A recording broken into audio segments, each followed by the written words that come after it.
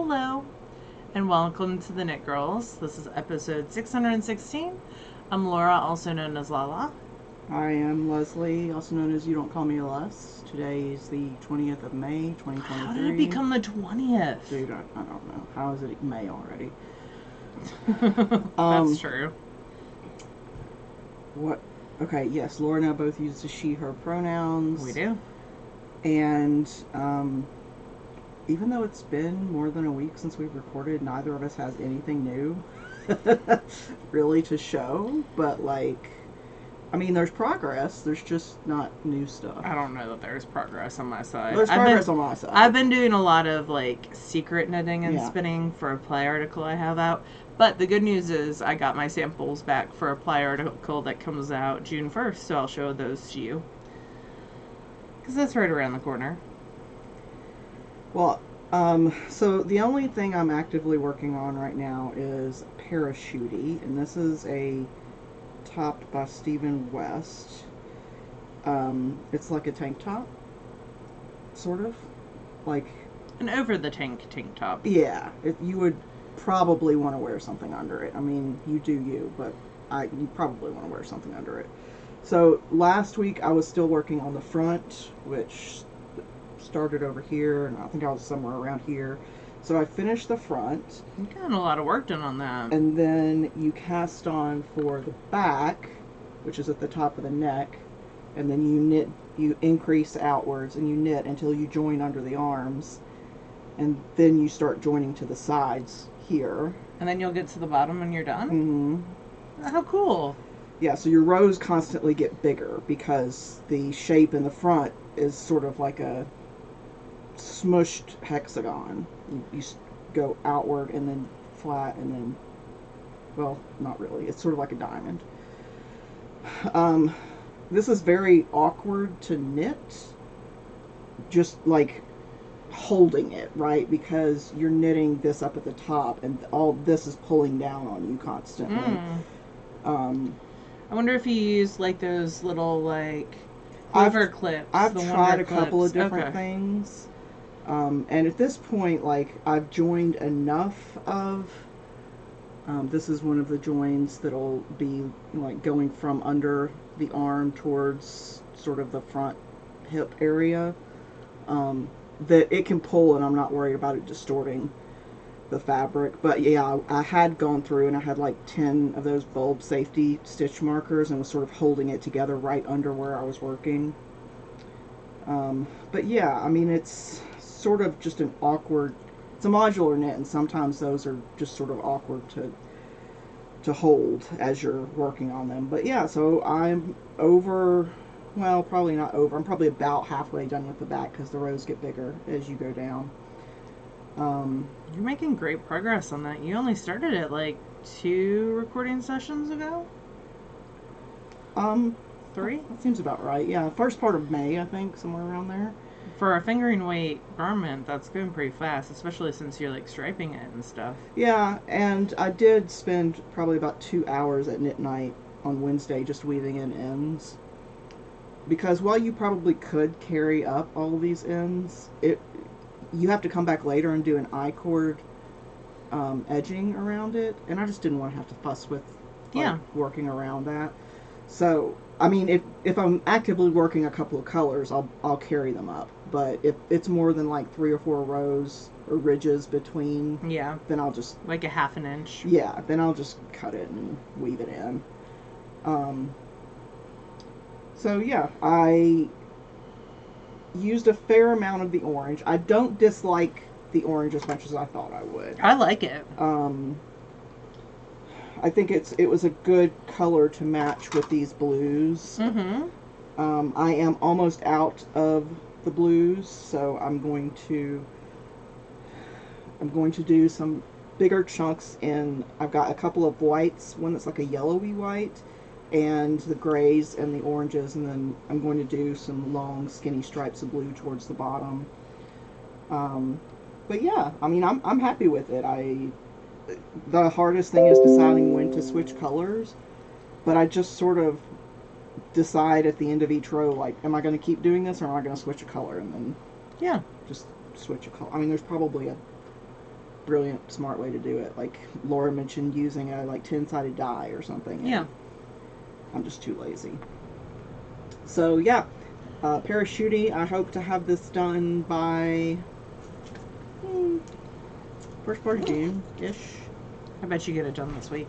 I don't know. The rows are getting longer. Okay. So. I was gonna say at least the body, maybe not the I-cord. Yeah, the I-cord might take a little bit longer, but I'm liking it. I definitely think I'll need another one of these. Are you gonna change colors on the I-cord, or are you gonna do all one color? I'll do all one color. I'll probably do a white or a gray, one of the two. I would do the gray. I drop food on myself sometimes. I definitely will have enough of the gray, even if I used it mostly for the rest of the bottom. You know, I'll probably, because it was a Urban Girl. Urban Girl, and they have great yardage per skein. So anyway, this is the entirety of my show this week. Well, I don't have much more, but I have 2 single finished socks on the start of another one. So that's a bright pink. Yeah. So I finished the first Woolens and Nosh Advent. We watched the new season, well, one episode of the new season of Drag Race All-Stars, and I had just like, I don't know, I was here. So in the hour I got a couple stripes done, and then started the ribbing and finished it as I was sitting here. I had started to bind off and like left it halfway through the bind off. So that's always fun. So I have the second sock of this to get done. And then I finished the first sport weight sock. So I knit this on double zeros, I think, or zeros. I think it's zeros, yeah. I think it's zeros. And so knit these on size zeros, and then I'm knitting these on size ones. This is String Theory Colorworks. It is on their Orbit base, which is their sport weight. Yep, and it's the science behind wine. Oonology. So the first one is done, and I am on the very tippy toe. I just got it cast on at work the other day. I've been babysitting a lot of classes because we have people burning time before the end of the school year that are not returning. And some people that are genuinely sick with pneumonia and some other things. So, you know, Teresa's been sick all week. I did not know that. I just found out yesterday. Oh, I hope she's doing better. Okay, good. So yeah, first sock done, second sock on the needles. We'll see how this week goes. I will probably volunteer to give out report cards next Friday for a couple hours, so I might get some sock knitting done during that as well. Do the kids, do they have to come to get their report cards, or only if they have like fines or something? No, they come to pick them up. It's on a day, it's like the day after my work ends for the year. Yeah, why can't they just be mailed to them? Because mailing costs a lot of money. Wow. Yeah. I mean, 1,100 kids times, I don't even know how much a stamp is now. I just don't remember that ever being something we had to do when I was in school, but I don't know that I would remember it, even if we did have to. So they just come and pick them up the Friday after school gets out. Yeah, so now the ones that are being retained or have to go to summer school, they call before the end of the week so they can make those arrangements. But yeah, so I have work with kids Monday, Tuesday, Wednesday this week. Tuesday and Wednesday are 60% days. So if I get done with my work when the kids are there, I might be able to get some knitting in. I don't feel like that's going to happen. I got a lot to do. But yeah, that's about it for me. I have some spinning. Do you have a finished object? No. Okay, I didn't think so because you've been working so hard on that. So this is not spinning I completed now. This is spinning from like last November and December. That was just returned to me because the Place issue of Ply Magazine is coming out, and I did an article for it about spinning in warm weather climates. I'm getting to the end of this row. Then I will continue talking. 3 more stitches.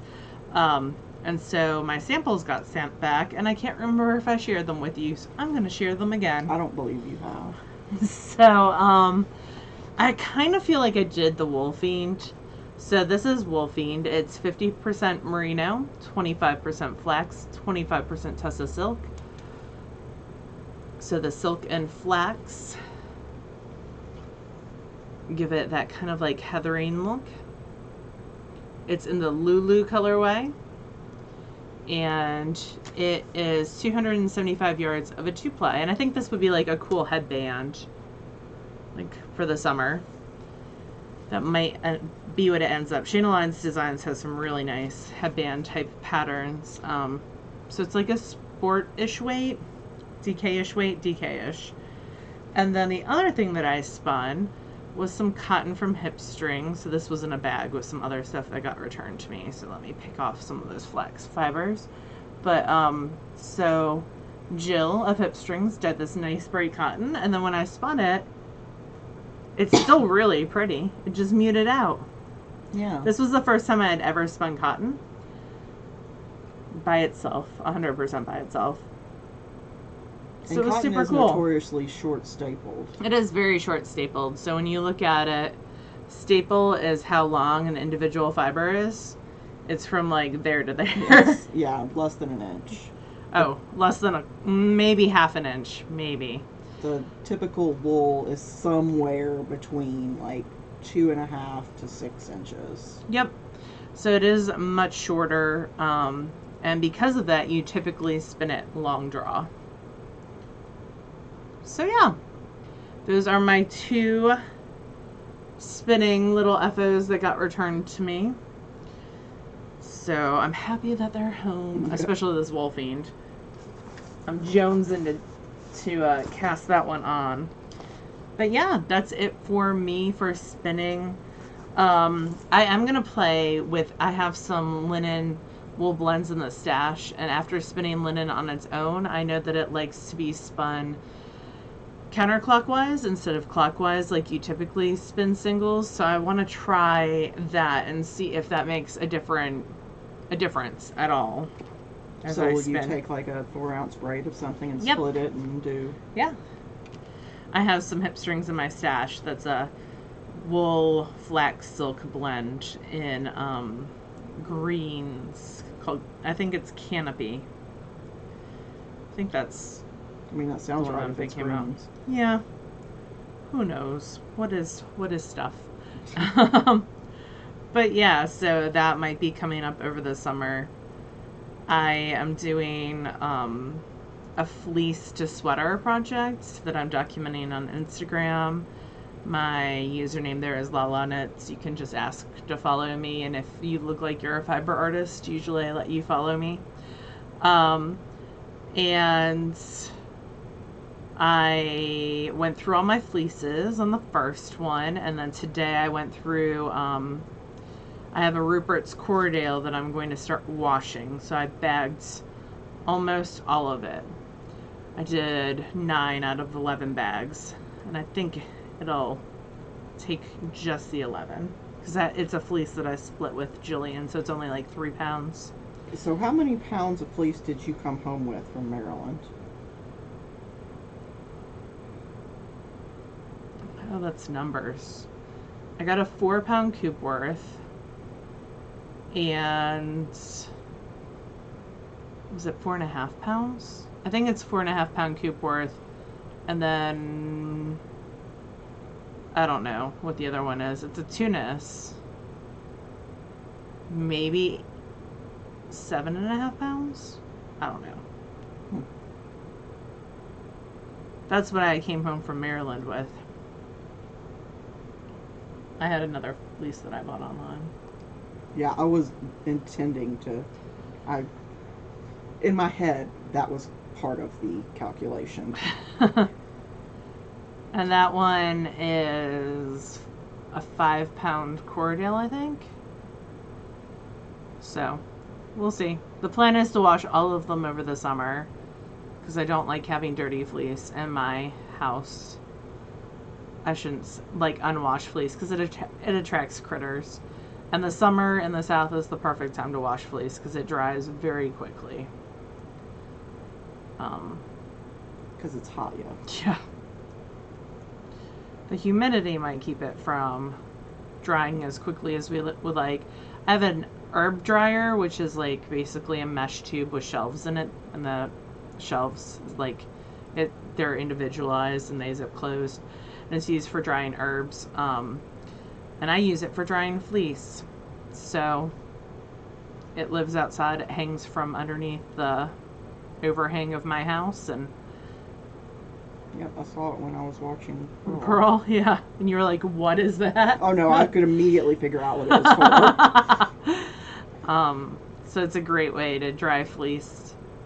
So yeah, it's been raining here every day. Otherwise, I would be washing fleece, but it's been like misty, muggy.